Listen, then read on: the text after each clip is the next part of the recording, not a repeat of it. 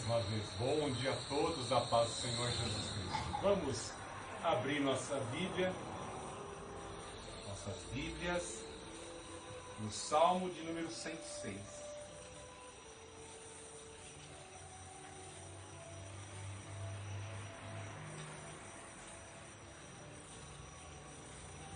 Salmo de número 106.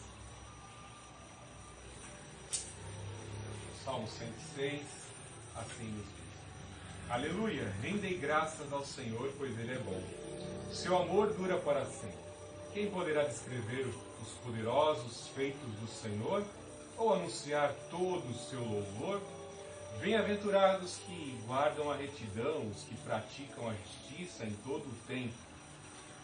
Senhor, lembra-te de mim quando agires em favor do teu povo. Visita-me com a tua salvação, para que eu veja a prosperidade dos teus escolhidos e me alegre com a alegria da tua nação, e me glorie junto com a tua herança.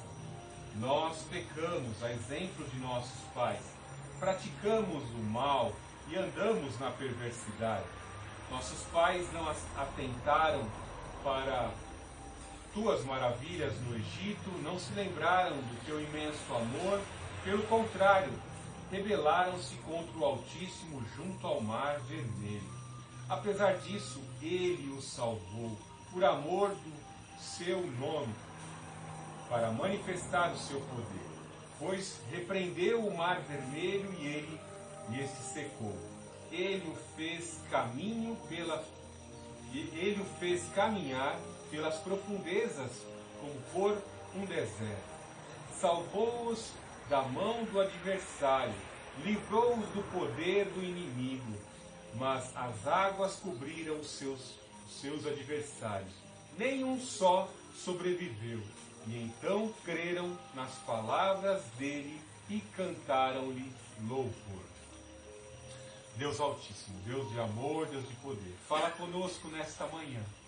Fala conosco, Pai Santo, e que possamos, por meio desta instrução, desta palavra, trazer à memória, sempre que possível, sempre que necessário, nos momentos constrangedores, nos momentos de humilhação, nos momentos de dificuldade, esta palavra em nós enxertada possa nos consolar, nos orientar, nos exortar.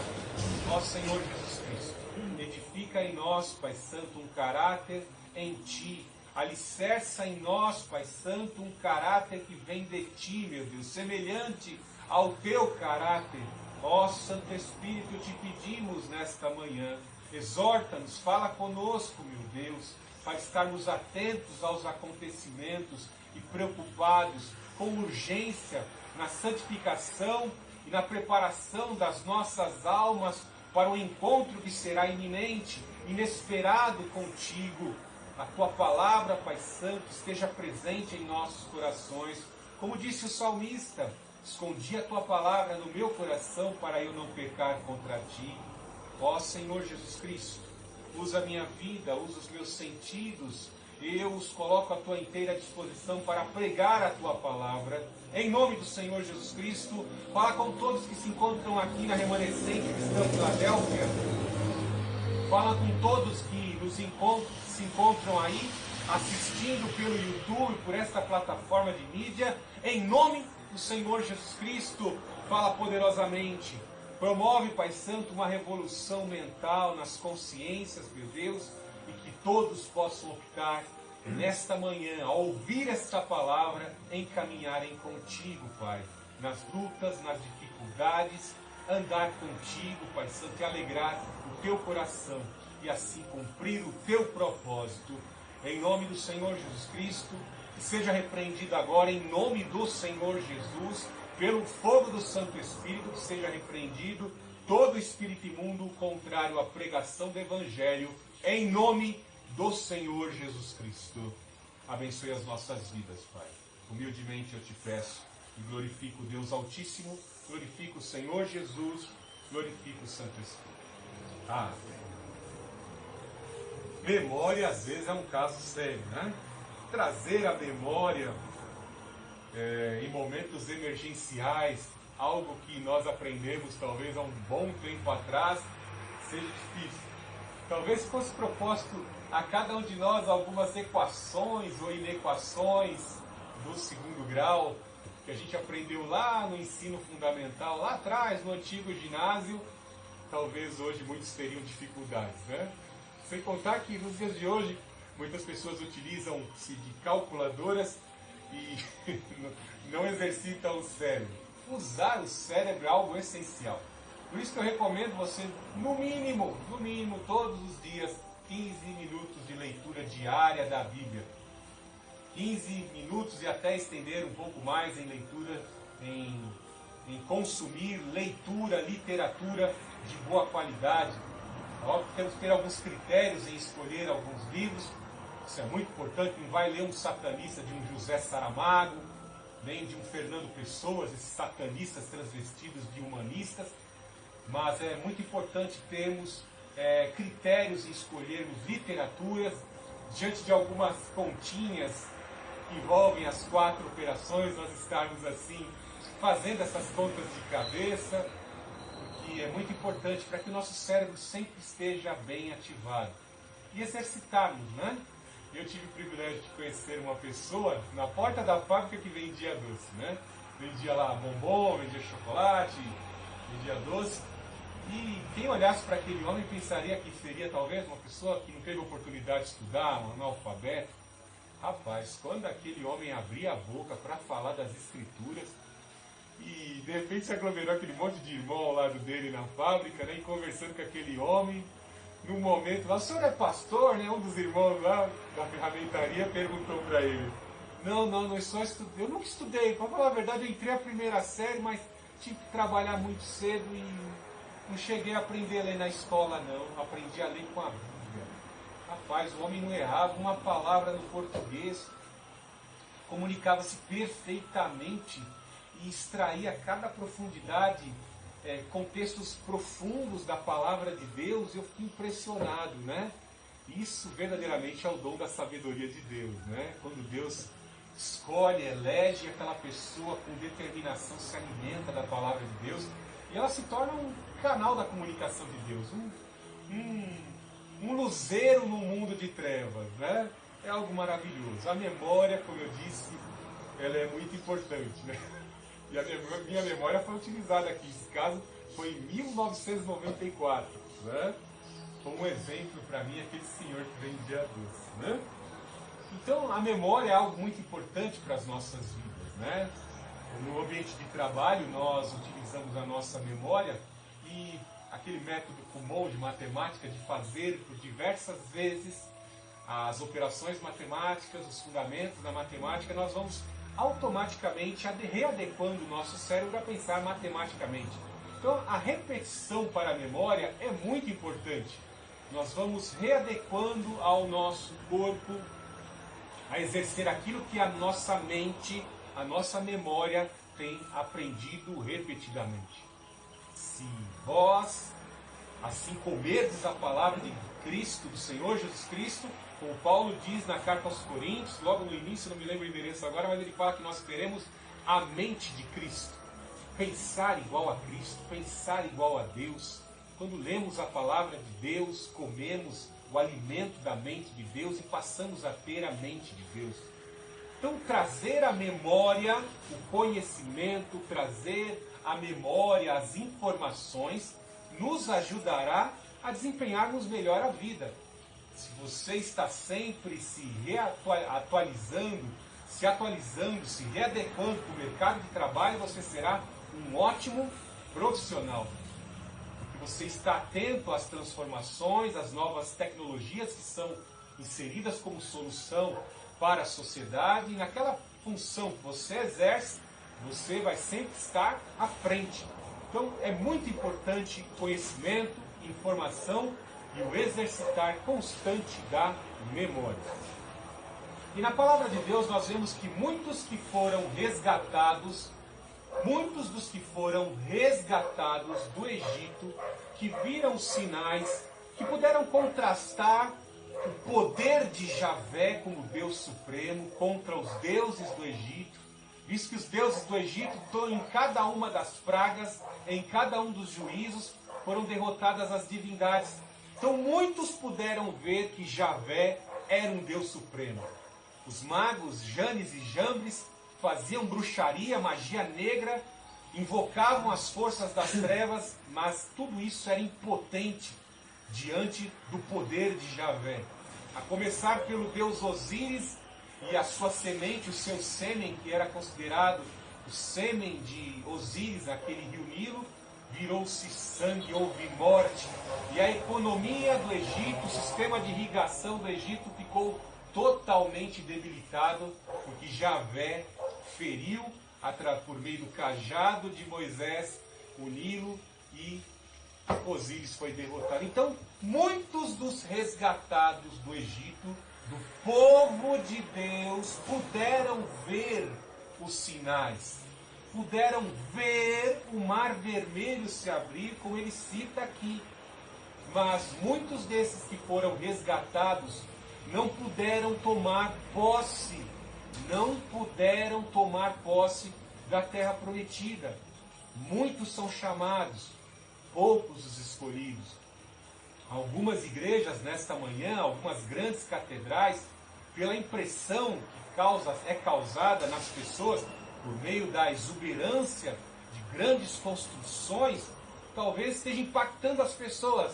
E muitas pessoas, por estarem dentro desse templo, às vezes pensam que estão salvas, mas talvez estejam com alguns objetivos, algumas intenções erradas, que se não se readequarem à mente de Cristo e aquilo que verdadeiramente Deus quer, talvez não possam entrar na terra prometida. Porque a palavra de Deus é bem clara. Ela fala uma lista de pecados, ela fala de uma lista de condições de degradação humanas, condições degradantes, degeneradas, e que essas condições, se estiverem presentes, inerentes no povo de Deus, impossibilitará o crente de entrar no reino dos céus. Crente invejoso não vai para o céu. Crente, entre aspas, cobiçoso das coisas desse mundo, não vai entrar. Crente imoral, não vai entrar. Crente homossexual, não vai entrar. A Bíblia é clara. Sodomitas, efeminados, não vão entrar. Quem fala que o mal é bom e que o bom é errado, nós temos que se adequar à humanidade, à pós-modernidade, o relativismo moral. Está cheio de pastor relativista aí, tem ou não tem? Tem, está cheio de pastor relativista. Isaías capítulo 5, do verso 20 ao 22, mostra claramente. Ai daquele que fala que o mal... Ai daquele que fala que o mal é certo, é o bem, que o justo é injusto, que o injusto é certo. Quem relativizar com as coisas de Deus vai perder a salvação, a palavra de Deus. Ai! Note que Isaías, o profeta, o porta-voz de Deus, usa o termo ai. Quando o nosso Deus, por meio do seu Espírito, fala ai daquele que estiver nessa condição, ai. Né? Quando alguém cai, quando alguém se machuca, você fala ai. Aqui às vezes a gente mora aqui, a igreja está de frente para uma avenida e às vezes eu vejo cada barbaridade no trânsito aqui e às vezes eu estou olhando, ai, porque quase a gente vê um acidente, é feio um acidente. Agora quando Deus fala ai, porque a condenação, as dores, as implicações das coisas erradas que praticam terão desdobramentos terríveis. Então, atente à palavra de Deus. O fato de você estar hoje numa posição, ouvindo a palavra de Deus, talvez você esteja bem. Você sabe muito bem que às vezes a vida é altos e baixos. Isso não é garantia hoje nenhuma para você, se você não estiver bem posicionado com as suas convicções. Então, a palavra de Deus fala claramente, aquele que está em pé, cuide para que não caia. A posição que alcançamos, ela pode ser perdida. O próprio texto viés doutrinário da remanescente cristã Filadélfia nos fala claramente, cuide, conserva o que tu tens, cuide da coroa que já está sobre a sua cabeça. É você que tem que cuidar. pelas suas opções. O Espírito Santo já pôs a coroa, já pôs o selo, tem língua de fogo sobre a sua cabeça. Você está selado com o destino certo para a salvação. Mas se você não conservar os valores, se você não conservar a palavra, se você não conservar uma nova cultura readequada aos padrões de Deus, que é alimentar a tua alma com as coisas de Deus, se você permitir as contaminações, você não vai herdar o reino dos céus. Veja que este Salmo 106, ele é extremamente didático, repleto de paralelismos sinônimos, paralelismos antitéticos, paralelismos sintéticos. Deixa eu explicar isso, né? Ou seja, nós vemos orientações sinônimas, exortações sinônimas que são semelhantes, nós vemos orientações que exortam uma orientação, um erro, nós vemos depois os sintéticos, sintetizar, congregar os mesmos ensinamentos e as mesmas orientações.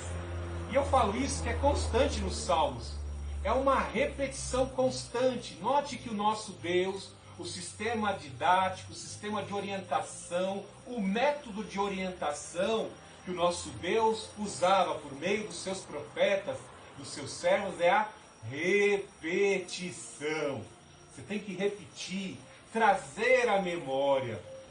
E o salmista, ele começa adorando. Aleluia, rendem graças ao Senhor porque Ele é bom e o seu amor dura para sempre. Algo que temos que entender do caráter de Deus é que o seu caráter é perfeito de eternidade a eternidade.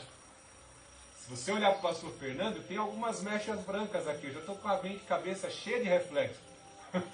Porque eu tenho uma experiência de vida.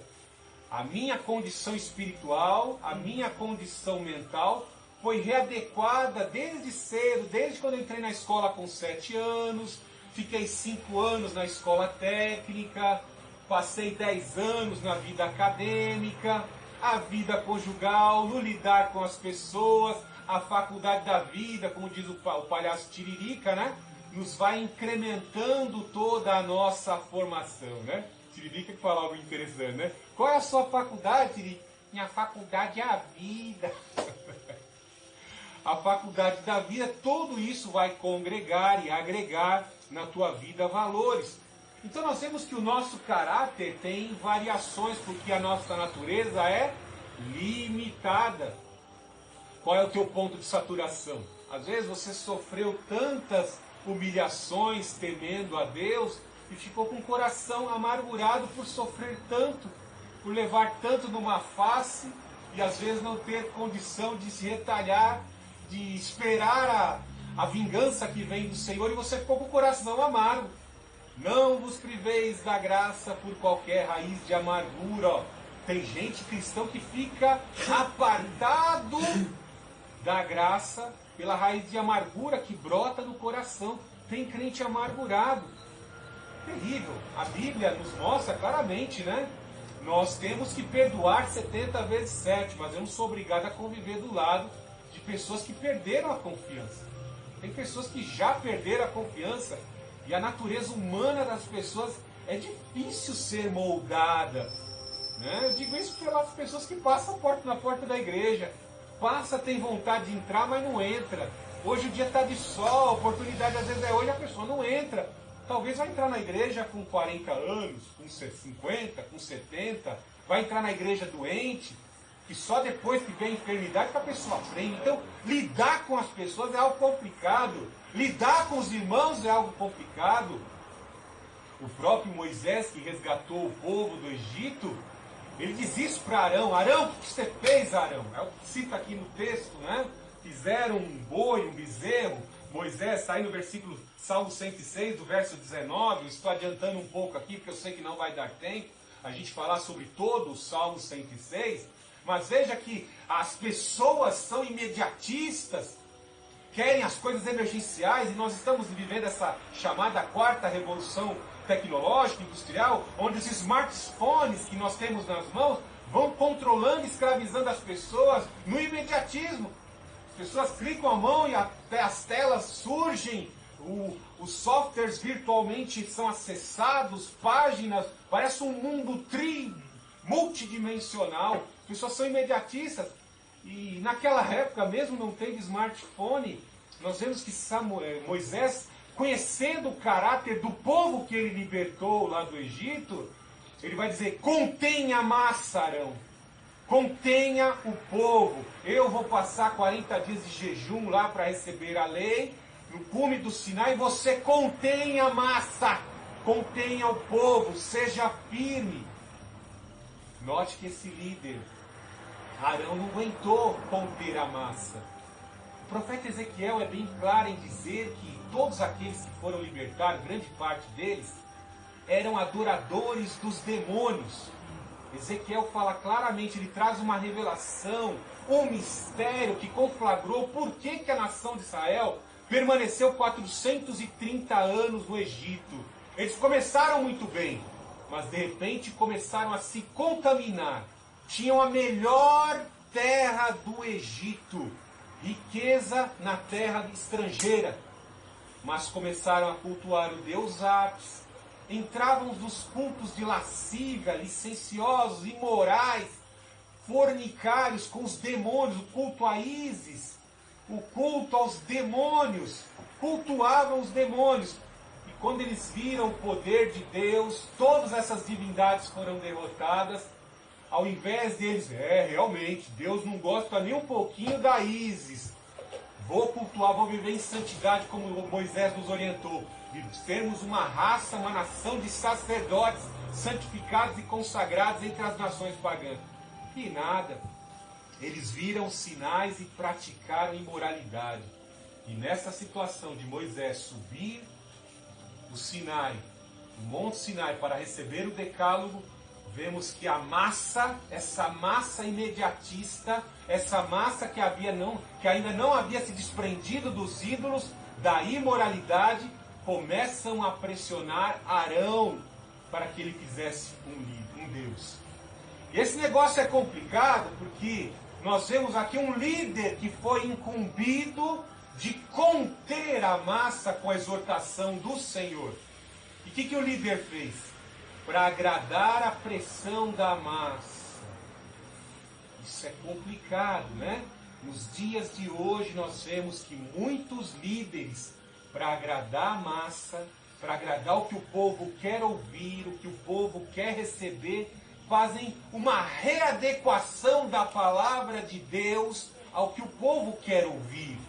Por isso que existe teologia da libertação, que é a mensagem readequada ao comunismo, ao marxismo. Por isso que existe a teologia da prosperidade, que é para aqueles crentes gananciosos, como os filhos de Corá, que está citado aqui, que queriam autoridade e poder de comando. Tem evangelho para todos os tipos de personalidade. E vemos que aquela massa vem, né? Viram os sinais do Egito e se esqueceram e começam a pressionar o líder. E o líder, olha, não aguentando a pressão, ele traga todo o ouro que vocês tiverem aqui. E trouxeram o ouro, e ele que tinha a competência técnica de ser um ourive, ele confeccionou um Deus em forma de boi. Que Deus em forma de boi é esse? Está aí no versículo 20. Assim trocaram a sua glória pela imagem de um boi que come capim. Olha só, um Deus invisível que derrotou os deuses visíveis do Egito, porque ídolos são demônios. Tinha lá o Deus com a cara de cachorro, tinha o Deus com a cara de rã, tinha a Ísis, que era uma escultura formosa, tinha o Deus com a cabeça de águia, tinha toda aquela capeta, tinha um Deus com a cabeça de boi também, um bezerro, que era esse Deus Apis, que era o Deus que abençoava o gado. Então os deuses tangenciáveis que foram derrotados, um deles acabou de ser aqui confeccionado por um servo de Deus. Isso é complicado nos dias de hoje, né? Note que as estratégias daquilo que dá certo no mundo, o Deus tangenciável, o Deus que as pessoas podem apalpar, é trazido para dentro da igreja.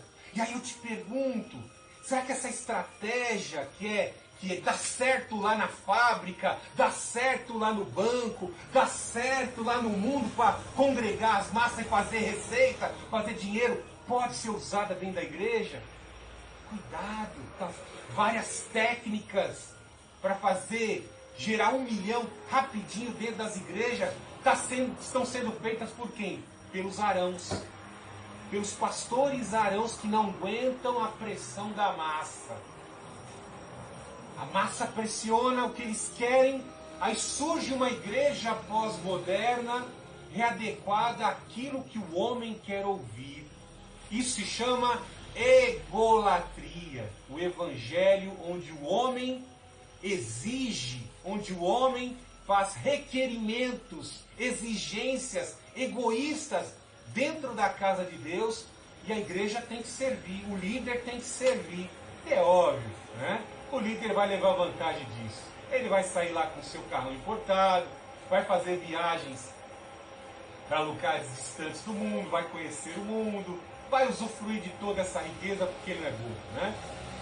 Ele coloca lá uma imagem, um título que causa exuberância, constrói a catedral e vai levar vantagem disso. Isso é um negócio complicado. Aqui nós vemos que Arão foi repreendido. Se não fosse pela exortação de Moisés, Arão teria sido morto como foram mortos todos aqueles. Visto que quando Moisés estava lá em cima, o nosso Deus que perscruta todas as coisas, estava vendo toda aquela situação, e ele disse: desce, Moisés, porque o povo que tu tiraste do Egito está pecando, praticando imoralidade diante de mim. Eu que derrotei os deuses do Egito, fui trocado por um Deus esculpido de ouro, com ouro que foi o pagamento por tantos anos de trabalho escravo na terra do Egito. Desce lá, Moisés. E quando Moisés desce do Sinai, ele encontra o quê? O povo completamente nu e embriagado, cultuando um Deus idolatra. Quando Jesus voltar, porque vai chegar a hora que o pai fala: chegou a hora, filho, desce agora com a vingança. Não desce mais para servir e se sacrificar, desce para exercer a justiça para com os que vivem em santificação, desça para exercer o juízo contra aqueles que são contra a justiça e praticam a iniquidade. E foi algo terrível quando assim Moisés flagrou a todos completamente nus. Por isso que você tem que estar com as suas vestes brancas. Por isso que eu fiz questão de vir de camisa branca hoje. Por isso que eu faço questão que as paredes da remanescente sejam brancas. Sem santificação ninguém verá Deus. E no momento da vinda iminente do Senhor, você tem que estar com a roupa branca. Com o coração igual ao do salmista. Meu coração não se alegra com o pecado. Então muito cuidado, porque às vezes você troca esse Deus que fez grandes feitos. O salmista começa louvando um Deus todo-poderoso que não precisa mudar o caráter dele. Ele é perfeito de eternidade a eternidade. Ele começa incitando você. Fica com teus olhos fitos no Deus que tem todo o poder, que tem que ser adorado. Não vai tangenciar o Deus naquela bênção que você recebeu. No teu smartphone, no bem material, na sua casa, na sua chácara, no seu carro. Cuida da sua casa, cuida bonitinho. Eu sou zeloso aqui com a casa de Deus, sabe? Tudo branquinho, tudo bonitinho, eu estou sempre limpando. Mas nada pode ser idolatrado. Nem mesmo até a doutrina. Negócio complicado. Eu estou querendo entrar em outro item dessa mensagem, mas o Senhor me traz a lembrança. Idolatria até como posicionamento teológico. É verdade. Lembra dos fariseus? Criaram um orgulho terrível de suas condições especiais, da posição de status que exerciam, e exerciam pelo conhecimento da lei. Decorar a lei, exteriorizar a lei que eles conseguiam obedecer, o grau, o nível intelectual deles, proporcionou a cada um deles posição de orgulho. Veja que o Senhor Jesus Cristo chegou para as mulheres pecadoras e penitentes, arrependidas: vá e não peques mais. A tua adoração foi verdadeira, com esse vaso de alabastro, guarde um pouco para ungir o meu corpo, que dentro de mais alguns dias eu vou estar morto. Você vai usar esse perfume no meu corpo, né? Deus perdoou os pecadores penitentes, mas condenou os fariseus. Vocês não entram. Já estavam, os fariseus já foram condenados. Muito cuidado com a ostentação teológica, muito cuidado com a ostentação da sua formação em direito, da sua formação acadêmica, nas ciências. Eu sou um físico, eu sou matemático. Nosso Deus transcende a matemática. Fique pensando que os seus cálculos vão dar certo, que não dá certo não, teu cálculo dá errado. Seus projetos econômicos dão errado, seus projetos economicistas aí. Dá errado, porque o nosso Deus transcende os poderes e a capacidade limitada desta ciência da terra. Então o salmista começa adorando um Deus que não muda de caráter. Ele é perfeito de eternidade a eternidade. Nós é que variamos. E por nós muitas vezes variarmos, por não alimentarmos corretamente a nossa memória, automaticamente nós podemos cair, perder a posição, perder aquilo que conquistamos. Então é muito importante nós alimentarmos bem os nossos olhos e os nossos ouvidos para que a nossa boca, as nossas ações, as nossas mãos, os nossos pés, estas ações possam, de certa forma, expressar ao mundo e nos momentos difíceis agir de forma correta, de forma que agrade a Deus. Veja no versículo 2, quem poderá descrever os poderosos feitos do Senhor, ou anunciar todo o seu louvor? A nossa mente limitada não consegue calcular nem mensurar o poder de Deus. Como eu disse, como a ciência poderia estar calculando a força do dedo mindinho de Deus? Deus é espírito, Deus não tem nem corpo humano. Mas uma coisa é certa, quem poderia mensurar a força do pensamento de Deus? Pois só numa palavra ele pode destruir, ele pode desfazer, porque ele tem todo o poder. O Senhor Jesus Cristo fala claramente, o apóstolo Paulo fala claramente acerca do Senhor Jesus Cristo, porque nele habita corporalmente toda a plenitude da divindade. Então o Deus que você serve, além de ter derrotado todos os deuses dessa terra, todos os ídolos dessa terra, ele tem a plenitude do poder, todo o poder que a matemática não pode calcular, não pode mensurar.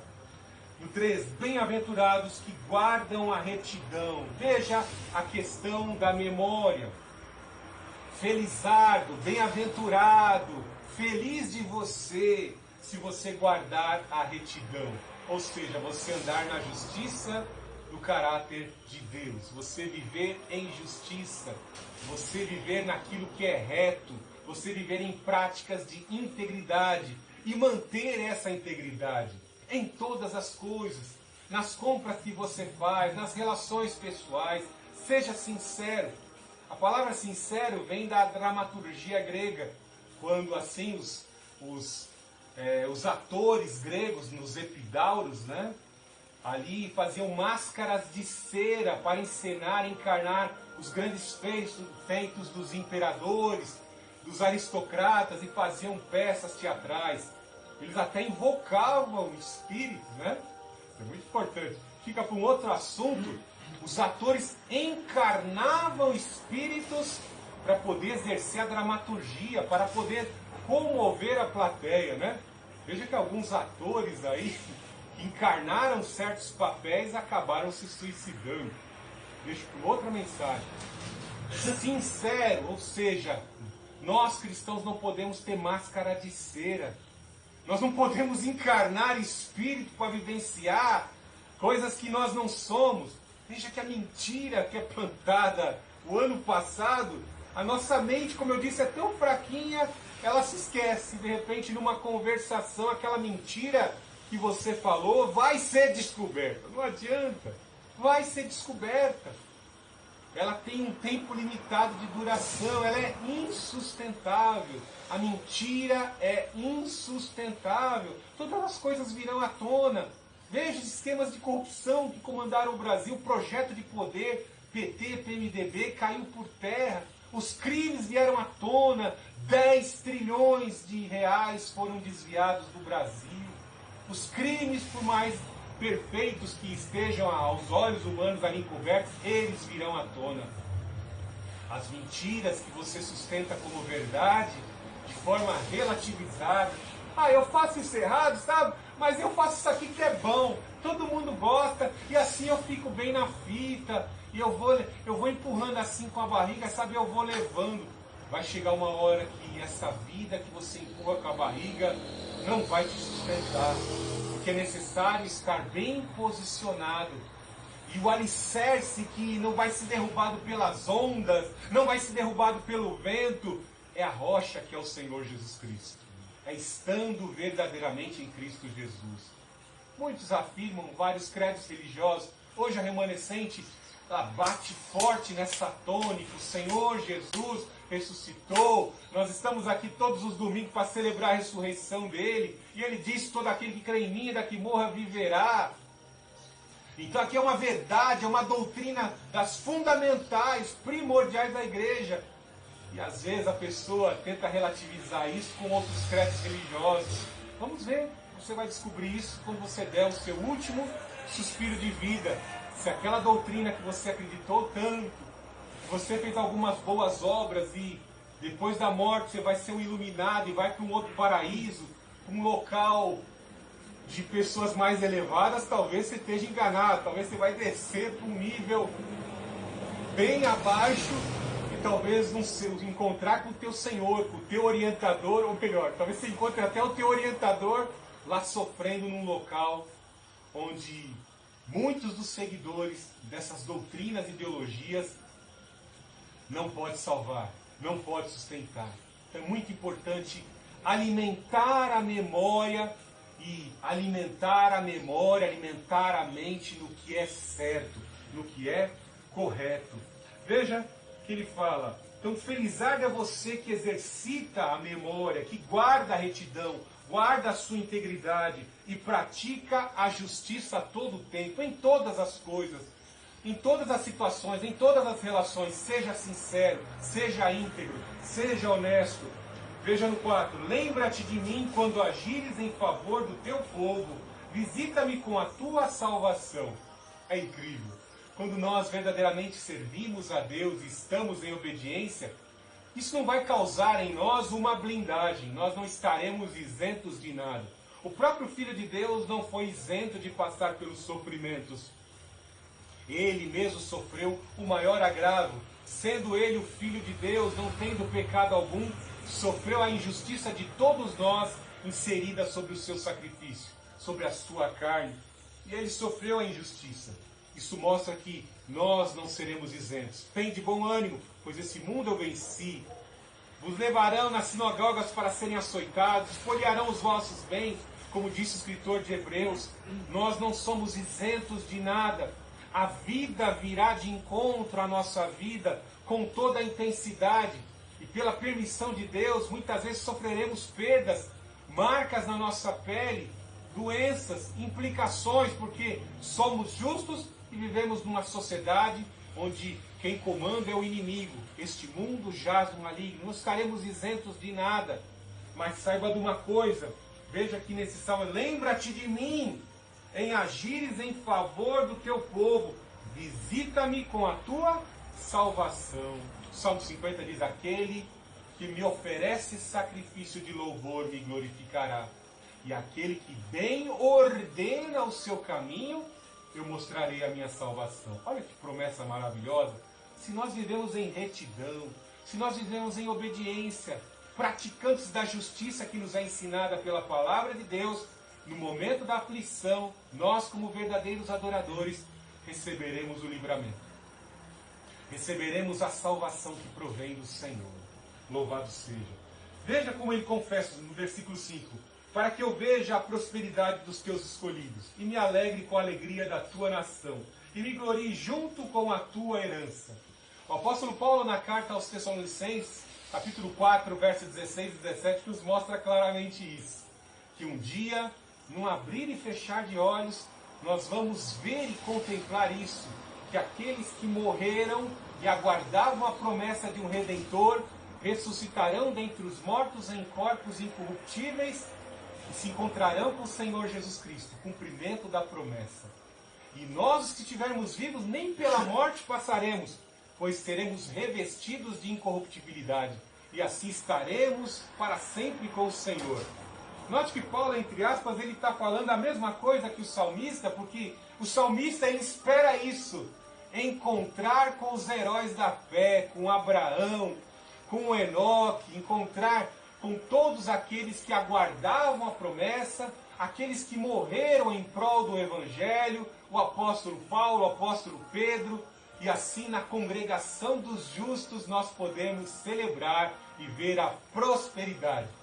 Prosperidade aqui não é somente o enriquecimento, mas envolve a agir acertadamente. Ou seja, é nós lá na glória, na congregação dos justos e santificados, podendo ver aqueles que prosperaram, que ensinaram com suas vidas na palavra de Deus, para que nós pudéssemos ser vencedores em Cristo Jesus.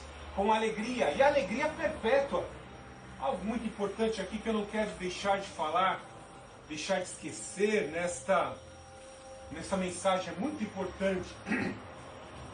Nós almejamos isso, o encontro na congregação dos justos com aqueles que venceram este mundo pela fé, confiantes, guardando a retidão e as promessas. Veja no verso 24. Também desprezaram a terra agradável, não confiaram na sua promessa, mas murmuraram em suas tendas, não deram ouvidos à voz do Senhor. Isso acontece muito. Somos chamados, recebemos uma grande bênção, glorificamos a Deus. E se não cuidamos da nossa mente, o que acontece? O inimigo vai tentar infectar a nossa mente com o vírus da maldade, com o vírus do relativismo moral. Nada, isso pode. Procura uma igreja mais aí adequada, que adepta a isso. Você não precisa se desprezar disso. Continua assim desse jeito.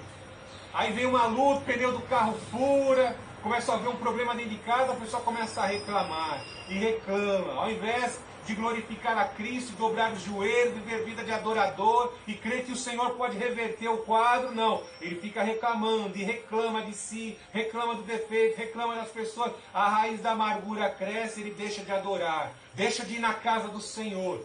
O que você vai ver de maldade nos últimos dias, eu te falo isso como exortação, talvez possa tirar você da fé. E aí o que vai acontecer? Você vai deixar de buscar a cidade de Deus e vai começar a viver conforme o mundo. Deus me abandonou no mundo aqui, estou sozinho, parece que Deus me atendeu, eu fiz uma campanha lá, paguei o pedido, paguei a graça, que é de graça, mas eu paguei, né? Passei no corredor dos 300 lá, paguei o desafio, dinheiro eu gastei, viu? E as coisas não se reverteram. Olha que situação. Como foi que eu comecei a mensagem, né? Vamos exercitar a memória? Como foi que eu comecei a mensagem? Falando de que muitos dos que foram resgatados não puderam entrar na terra prometida. Por quê? Desprezaram a palavra de Deus. Começaram a pensar, no Egito eu tinha melão. No Egito tinha água do rio Nilo. Tinha água do Osíris lá. Tinha cebola. Tinha carne de boa lá, tinha umas carnes boas do Deus Apis, as carnes do templo do Deus Apis, lá era boa demais. Mas tinha chibatada no lombo também, seu tolo. Tinha chibatada, você era escravo. E no deserto você é livre. Talvez você ainda não mediu, você não mensurou as coisas. No mundo você era escravo. Sem Jesus você é escravo. Com Jesus você é liberto. O pecado não vai poder separar você de Deus, porque o diabo sabe que se você estiver na condição de pecado, você vai morrer eternamente escravizado como ele, que peca desde o princípio. Ele já está condenado. E a coroa de vitória já está sobre a tua cabeça. Valorize essa posição. Não deixe mais o diabo jogar lixo em cima de você. Rejeite o mundo.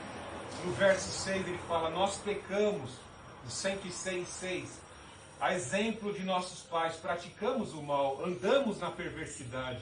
Nossos pais não atentaram para as tuas maravilhas. Olha a questão da atenção. No Egito, não se lembraram do teu imenso amor. Pelo contrário, rebelaram-se contra o Altíssimo junto ao Mar Vermelho. Viram sinais, viram os milagres, estão aí tomando banho bonitinho, alimentado, estão diante do Mar Vermelho e começam a diminuir o poder de Deus diante do Mar Vermelho com relação ao inimigo que vem atrás. Você pode até dizer assim, fica fácil para nós, né, pastor Fernando? Olhar para trás e ver o que Deus fez, né? E eles lá, o negócio é difícil, é? Eu te transcendo essa sua dúvida, a sua indagação com a tréplica, dizendo que até na morte o amor do Pai vem ao nosso encontro. Que na morte Ele também faz justiça. Ainda que o problema nos consuma, como disse Jó. Ainda que a enfermidade, ou a luta, ou a espada que me corte a cabeça, nem a minha cabeça cortada me separará do amor de Cristo. E é para você entender que aquilo que Deus nos concedeu por meio da mensagem do Evangelho transcende a qualquer luta, a qualquer dificuldade, a qualquer perda que possamos sofrer, de sorte que tudo que conquistamos nesse mundo, para onde vamos, nada poderemos levar. O que nós vamos levar são a nossa fé e o resultado das intenções das boas obras que praticamos em Cristo Jesus. O apóstolo Paulo assim nos ensina. Portanto, vamos crer na administração de Deus, vamos crer que Deus está nos levando para o cumprimento do seu propósito, que é um cumprimento de algo bom, perfeito e agradável. Essa é a vontade de Deus. Coisas que a mente não consegue compreender. Paulo teve uma revelação parcial e disse que é imensurável. Não dá para falar. Palavras racionais não podem descrever aquilo que está reservado para aqueles que hão de herdar a salvação.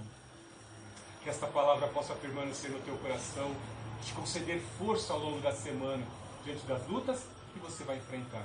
Que Deus te abençoe grandemente neste dia. Viva na presença do Senhor Jesus Cristo, em harmonia com o seu Espírito.